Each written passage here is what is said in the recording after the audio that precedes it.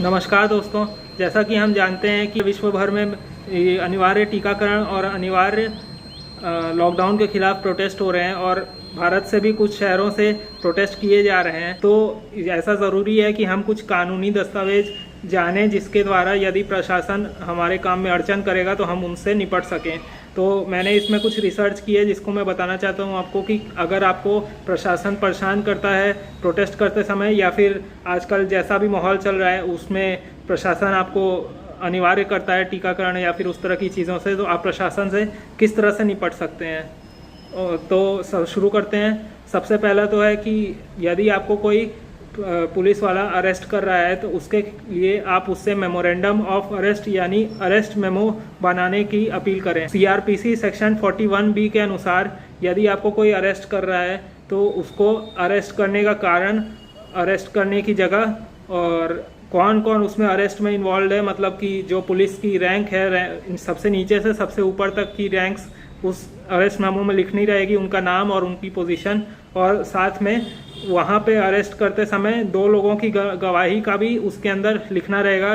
जो 2 लोगों का नाम रहेगा जो कि गवाह के तौर पर देखेंगे आपको अरेस्ट करते हुए। तो ये चीज़ जब आप अरेस्ट मेमो पुलिस वाले से मांगेंगे तो यदि वो आपको गलत कारण से अरेस्ट कर रहा है तो वो काफ़ी हद तक घबरा जाएगा, क्योंकि फिर उसको उसके अंदर अरेस्ट करने का कारण लिखना रहेगा। इसके बाद कुछ आर्टिकल्स हैं जिसको मैं आपको पढ़ के बताता हूं, जिसके अंदर बताया है कि यदि प्रोटेस्ट करते समय आपसे कोई प्रशासन कुछ बदतमीजी या फिर कुछ वैसा कर रहा है तो आप क्या क्या कर सकते हैं।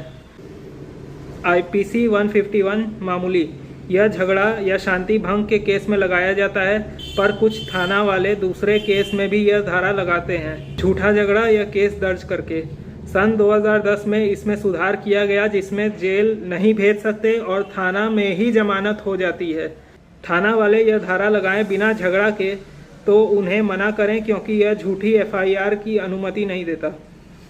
IPC 188 मामूली, शासकीय कार्य में बाधा पहुंचाने पर यह धारा लगाया जाता है, जैसे लॉकडाउन में कोई बाहर घूमे या दुकान खोले तो शासन का आदेश ना माने तो। लेकिन फिलहाल ये छत्तीसगढ़ हाई कोर्ट इस धारा का इस्तेमाल करने पर रोक लगा दी गई है। ये इम्पोर्टेंट है, मतलब कि छत्तीसगढ़ हाई कोर्ट ने इस धारा को रोक लगा दी गई है, इसको यूज़ करना गलत है अभी। इसके बाद IPC 269 270 मामूली, यह महामारी अधिनियम की धारा है जो लगाने पर घर के ही कोई जमानत के कागज़ में साइन करके मामला ख़त्म कर सकते हैं, जेल नहीं होगा। बाद में कोर्ट में लोकल चालान पेश होने पर वहाँ 400 रुपये पेनल्टी देनी होगी। जमानत हो जाए तो जेल नहीं होती, वरना 2 वर्ष जेल। आगे ITC एक्ट 66A, यह धारा पहले सोशल मीडिया में राजनीतिक या आपत्तिजनक पोस्ट डालने पर लगाता था, पर मार्च 2015 में सुप्रीम कोर्ट ने यह धारा को हमेशा के लिए ख़त्म कर दिया है। अतः यदि कोई थाना वाला यह धारा लगाए तो उसे मना करें। आगे है IT एक्ट 66C, इंटरनेट पर कोई दूसरे असली व्यक्ति के पहचान का इस्तेमाल करने पर यह धारा लगाया जाता है, अर्थात फेक ID बनाने पर। सोशल मीडिया में काल्पनिक फेक ID बनाने पर यह धारा नहीं लगाएंगे, क्योंकि अपने किसी असली व्यक्ति की पहचान या फ़ोटो को चोरी नहीं किया है। आगे IT एक्ट 66D, इंटरनेट से धोखा देने पर यह लगाया जाता है, पर धोखे में सामने वाले व्यक्ति को नुकसान हुआ तो और आपका फ़ायदा हुआ तो ही यह धारा लगाया जाता है। केवल सोशल मीडिया में अपना नाम या पहचान छिपाना कोई धोखा नहीं कहलाता। आगे IT एक्ट 66B, यह इंटरनेट की चोरी के मामले में लगाया जाता है।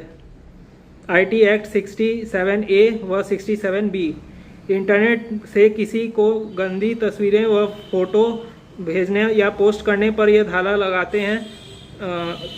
इस ट्रेंडिंग बीमारी या टीका संबंधित पोस्ट में यह धारा लगाएं तो इसको मना करें। आगे है CRPC 482, जब पुलिस गलत धारा लगाते या झूठा FIR दर्ज करें तो CRPC 482 के ज़रिए आप तुरंत उसी दिन हाई कोर्ट में एप्लीकेशन देकर FIR को ही रद्द करवा सकते हैं। जब यह एप्लीकेशन हाई कोर्ट में रहेगा तब तक पुलिस आप पर कोई कार्रवाई नहीं कर सकती है। IPC 166, 167, 219, 220, 199 यह सारी धारा आप पुलिस वालों के खिलाफ ही लगा सकते हैं यदि वो आप पर गलत केस कर रहे हैं। उन्हें जेल हो जाएगी और उनकी नौकरी जाएगी। इन धाराओं के नाम मात्र से ही पुलिस को डर लगता है। आगे नोट में यह भी लिखा है कि पुलिस मीडिया को आपकी फ़ोटो या नाम पर दे तो आप उनको मना करें, क्योंकि यह सम्मान व मानव अधिकार के खिलाफ है। पुलिस को मना करें पहले से ही, न माने तो मानहानि का मुकदमा लगा सकते हैं। अभी इसमें यह भी बताया है कि वकील के चक्कर में न पड़ें, क्योंकि वकील चाहते हैं कि आपके ऊपर FIR हो जाए और वो आप हाई कोर्ट के चक्कर लगाते रहें, क्योंकि जब आप कोर्ट में फंसे रहेंगे तो वहीं से वकील की कमाई शुरू होगी।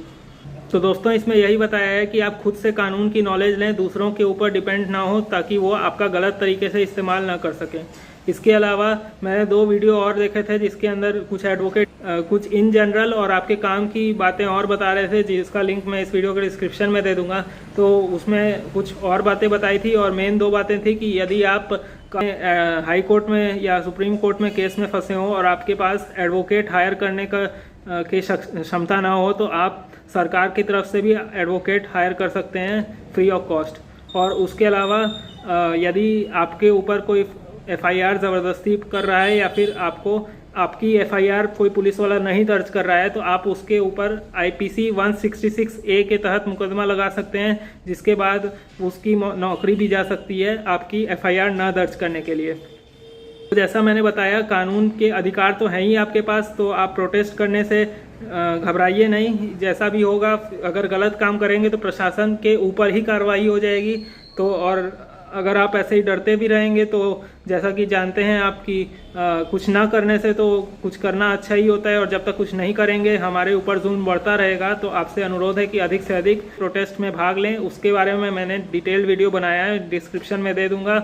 और अपने शहर के ग्रुप को ज्वाइन करने के लिए नीचे टेलीग्राम ग्रुप का लिंक दिया है, उसके अंदर आप स्टेट का ग्रुप ज्वाइन करके अपने शहर का नाम बता दें, ताकि आपके शहर वाले आपसे जुड़ सकें। तो चलिए मिलते हैं अगले वीडियो के साथ, तब तक अपना ध्यान रखिए। जय हिंद।